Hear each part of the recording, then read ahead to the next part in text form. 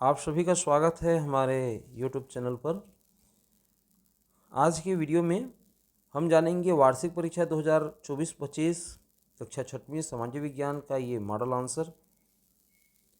पहला ही प्रश्न है वस्तुनिष्ठ प्रश्न। आदि मानव का पहला पालतू पशु था, तो पहला पालतू पशु था कुत्ता। इनमें से क्या सार्वजनिक संपत्ति है? तो यहाँ पर हम देखें घर, साइकिल, अस्पताल और हल। तो अस्पताल क्या है? सार्वजनिक संपत्ति है। मानचित्र में नीला रंग किसे दिखाने में प्रयोग होता है? तो जल, पर्वत, मैदान और फसल है, तो जल को दिखाने में नीला रंग का प्रयोग होता है। अशोक के शिलालेख किस भाषा में लिखे थे? तो अशोक के शिलालेख पाली भाषा में लिखे थे। भारत के उत्तर पश्चिम में स्थित है, उत्तर पश्चिम में स्थित रहेगा श्रीलंका, कोलकाता, चेन्नई, ये नहीं है। इसका सही उत्तर होगा गांधार। अगला क्वेश्चन है कि पंचतंत्र के लेखक का नाम क्या है? तो पंचतंत्र के लेखक का नाम विष्णु शर्मा है। अति लघु उत्तरीय प्रश्न में रिक्त स्थानों की पूर्ति कीजिए। पहला ही जो यहाँ पर है वो सारनाथ है, सारनाथ हो गया है। सारनाथ, फिर 540, फिर त्रिरत्न और लुम्बिनी।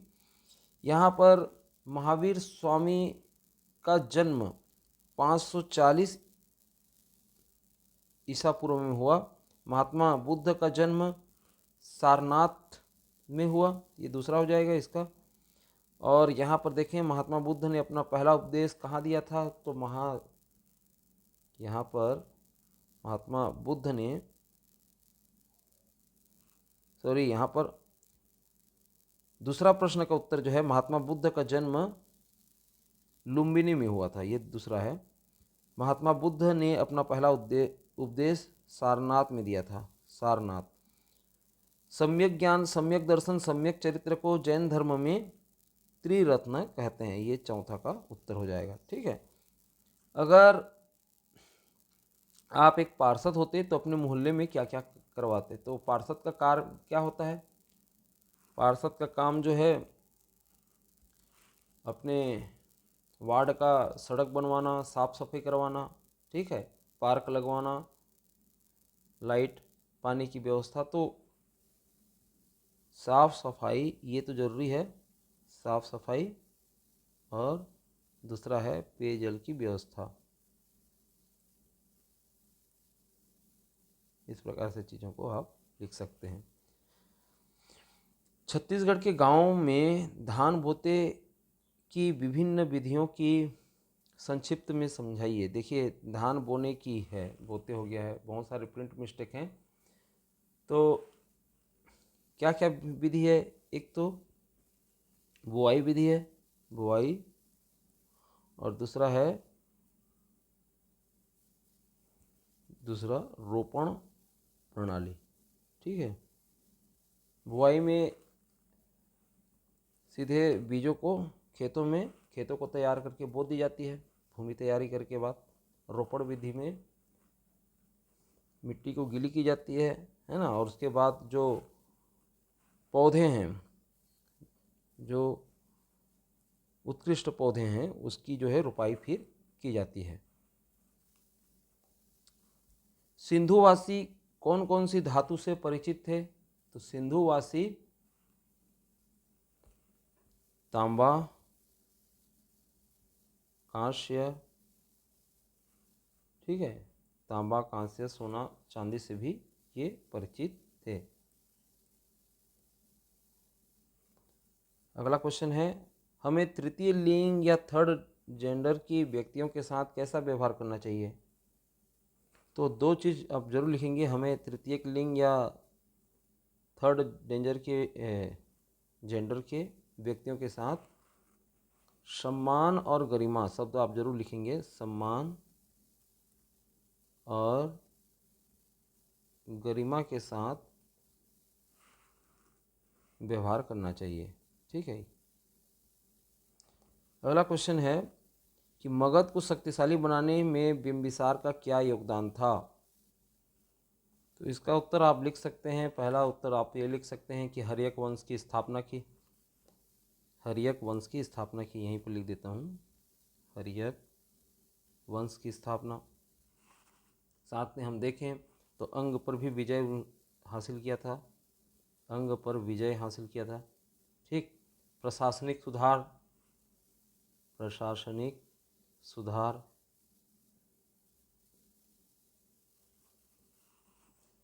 विभिन्न विभागों और अधिकारियों की नियुक्ति की, है ना। और साथ में हम देखें तो वैवाहिक संबंध भी जो शक्तिशाली राजवंशों के साथ स्थापित किए, तो वैवाहिक संबंध भी यहाँ पर लिख सकते हैं शक्तिशाली राज्यों के साथ। इन पॉइंटों में आप इसका उत्तर दे सकते हैं। आगे जो प्रश्न है यहाँ पर हम देखें कि राजतंत्र में राजा का पद वंशानुगत नहीं होता है, तो ये गलत बात है। राजा का पद वंशानुगत होता है, तो यहाँ पर आप गलत लिखें या क्रॉस का चिन्ह दें। गणराज्यों में राजा का पद जो है वंशानुगत होता है, ये भी गलत होगा। किसानों को अपनी उपज का एक भाग कर के रूप में देना पड़ता था, ये सही है। सिकंदर ईरान का राजा था, ये गलत है। महाजनपद काल में 16 महाजनपद थे, ये सही है। और फिर आगे हम देखें महाजनपद काल में मगध प्रसिद्ध राजतंत्र था, ये भी बिल्कुल सही है। अगला प्रश्न है, चित्र बनाते हुए पृथ्वी में भूमध्य रेखा, कर्क रेखा, मकर रेखा, उत्तरी ध्रुव और दक्षिणी ध्रुव को दर्शाइए। तो आप चित्र बनाएंगे तो जैसे ही गोला एक पृथ्वी का देखेंगे नमूना, तो बीचों बीच भाग ये आपका रहेगा भूमध्य रेखा,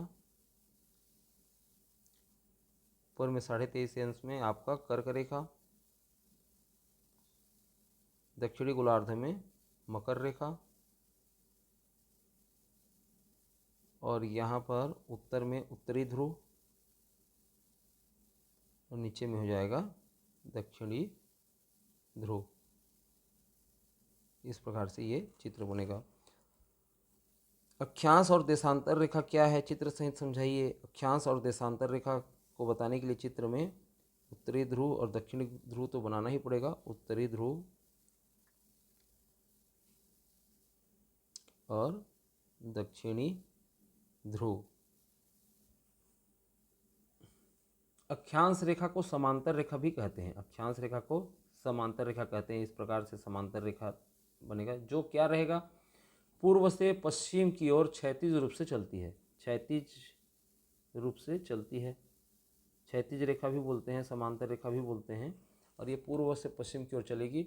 भूमध्य रेखा के उत्तर या दक्षिण की दूरी को मापने के लिए इसका उपयोग किया जाता है। और देशांतर रेखा क्या होगा, देशांतर रेखा उत्तरी ध्रुव और दक्षिणी ध्रुव के लंबवत चलती है, इस प्रकार से। ठीक है, ये देशांतर रेखा है। तो ये इसको आप जरूर लिखेंगे। क्या लिखेंगे, अक्षांश रेखा पूर्व से पश्चिम की ओर क्षैतिज रूप से चलती है और देशांतर रेखा उत्तर और दक्षिणी ध्रुव से लंबवत चलती है। और इस प्रकार से चित्र ये बना सकते हैं। इसको आप देशांतर रेखा नामांकित करें और ये हो जाएगा आपका क्षैतिज रेखा को अक्षांश रेखा के रूप में, अक्षांश रेखा के रूप में निरूपित करें। अगला प्रश्न है, सही जोड़ी बनाइए। और सही जोड़ी बनाएंगे तो यहाँ पर आप देख रहे हैं कि शिक्षा विभाग से जुड़ा पद कौन सा है। शिक्षा विभाग से जुड़ा हुआ पद नीचे है आपका जिला शिक्षा अधिकारी। राजस्व विभाग से, राजस्व विभाग में नायब तहसीलदार। पुलिस विभाग में हम देखें तो पुलिस विभाग में आपका सब इंस्पेक्टर हो जाएगा। चिकित्सा विभाग में चिकित्सक। और सिंचाई विभाग में, सिंचाई विभाग में आपका सहायक यंत्री। और रक्षा विभाग में हम देखें तो मेजर। ये इस प्रकार से इनको आप सही जोड़ी के रूप में देखेंगे। फिर अगला जो जिलाधीश के कार्य लिखिए। जिलाधीश, जिलाधीश के कार्य में हम देखें, पहला कानून व्यवस्था बनाए रखना, कानून व्यवस्था बनाए रखना, और चुनाव कराना, चुनाव कराना। इसके साथ ही साथ जो जिले में आपदा प्रबंधन करना, आपदा प्रबंधन करना, जिले में योजना और विकास करवाना, बहुत सारे कार्य हैं जिलाधीश के, इन चीज़ों को आप लिख सकते हैं। फिर आगे हम देखें, यहाँ पर बच्चों के अधिकार पाठ के आधार पर अधिकारों की सूची बनाइए। तो यहाँ पर इसका उत्तर हो जाएगा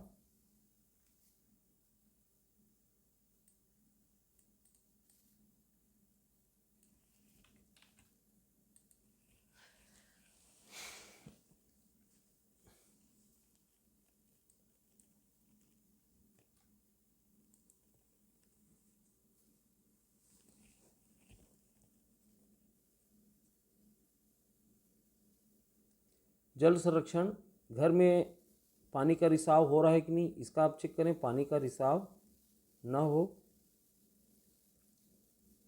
साथ में हम ये देखें कि जितनी आवश्यकता है उतना ही जल का प्रयोग करें, है ना। तो इसको हम लिख सकते हैं, जल का सदुपयोग करें, जल का सदुपयोग करें।